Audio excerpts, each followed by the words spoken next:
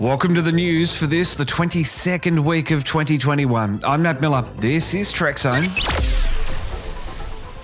And we are now live with Trek Zone membership on YouTube. All you need to do is click join below this video to get access to behind the scenes content and early access to all of our shows as soon as they are uploaded. At $3.99 Australian per month, you can get unlimited access to the inner workings of this, the world's only daily science, space and science fiction podcast network. And best of all, after YouTube's cut, 100% goes to me to make this an even better network for you to enjoy. Go on, click join on our YouTube channel right now. All right, on to the news. With Amazon buying up MGM for a cool $8.5 billion a couple of weeks ago, AT&T announcing a deal to merge Warner Media and Discovery, talk on the town has turned to another legacy broadcaster ripe for a takeover. Despite only recently re-merging to form Viacom-CBS, analysts are hypothesizing about who the company could get together with, including suggestions that Comcast, NBC Universal's parent, could be a fit buyer. As recently as the end of May, though, Naveen Chopra, Viacom-CBS's CFO, told investors, quote, "We've been very focused on transitioning our assets to help drive streaming." Meanwhile, Julie McNamara has quit as Paramount Plus's head of programming after 15 years with the company, starting at CBS Studios.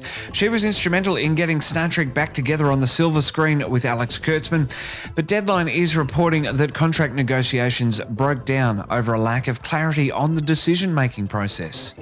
We've had some fresh teasers for Star Trek in production, with Rebecca Romijn and Jack Quaid surfacing in the last week.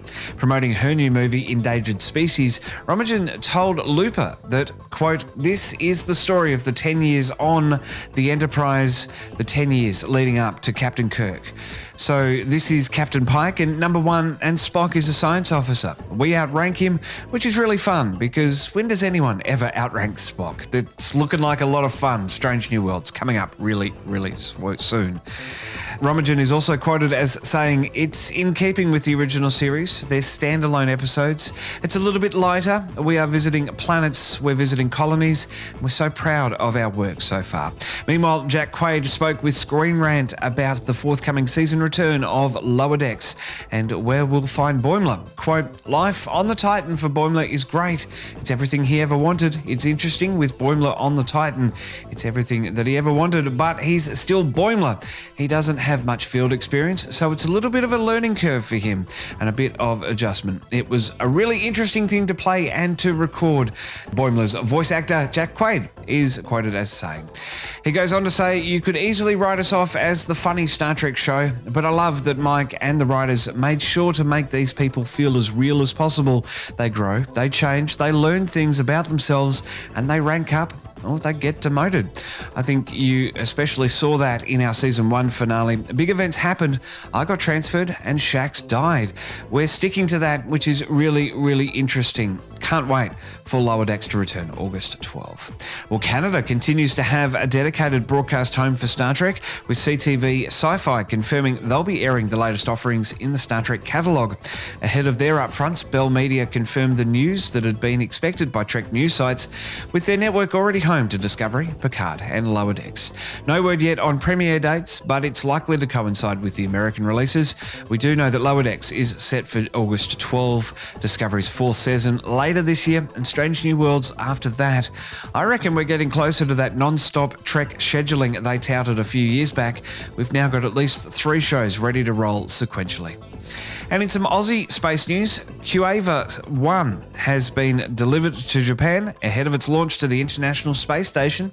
The 3U CubeSat was developed by the New South Wales-based Centre for CubeSats, UAVs and their applications, or Kuiva, with support from the University of New South Wales and the Uni of Sydney, and will be launched on board SpaceX's cargo resupply mission in August. The Waratah Seed CubeSat will give New South Wales-based companies an opportunity to test their technology on orbit with this unique rideshare capability.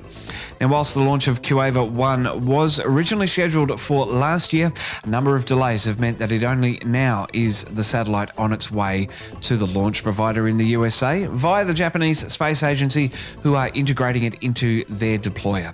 Kuiva One is one of potentially 5 satellites that they hope to launch in the coming years, with the aim to develop and test technology around plasma thrusters, hyperspectral images, high-speed communications, and plug-and-play assembly methods. Well, what a week on Trek Zone. We started with the news, recapped the movies on Talk and Trek. Dr. Brad told us that the Milky Way isn't unusual. Dr. Sarah Pearce beamed in to explain her new role at the Square Kilometre Array, and Michael Smart sat down with me to detail Hypersonic's new scramjet engine. Plus, we caught up on that time when we met Jeffrey Combs and the Borg Queen herself, Alice Cridge. And coming up this week, we'll recap Lower Decks, sit down with Emmett Plant. He's got some Axanar stories to tell. Plus, we're also going to discuss the first radio observations of the galactic plane. We're going to flash back to that time when we met Alec Peters back in 2016. You know, that guy who's been attempting to make a Star Trek fan film by himself for over 5 years with no luck. It's almost like he's the only one out there, and we haven't met anyone else that can do it by themselves. But anyway, my chat with Alec Peters coming up on That Time When this week. Plus, Keely's going to be back. Loki premieres in just a few days' time. We're going to have the first reactions to that as part of our Trek Zone variety show. So don't miss a moment. Subscribe and ring the bell on our YouTube channel. Subscribe to our podcast feed in your favourite app and sign up for the mailing list on our website, of course. That's trekzone.org. Don't forget, too, our new membership offering. Get in on the action at just $3.99 Australian a month. It's fast, easy and fun, with exclusive member benefits available right now. And while you're here on YouTube, leave a comment. Let's chat about the stories this week. But for now, and as always, I'm Matt Miller for Trek Zone. Keep up to date with Twitter. Catch new podcasts daily on YouTube. Plus, we're beaming to your favorite podcast app 5 days a week. Just search for Trek Zone and subscribe.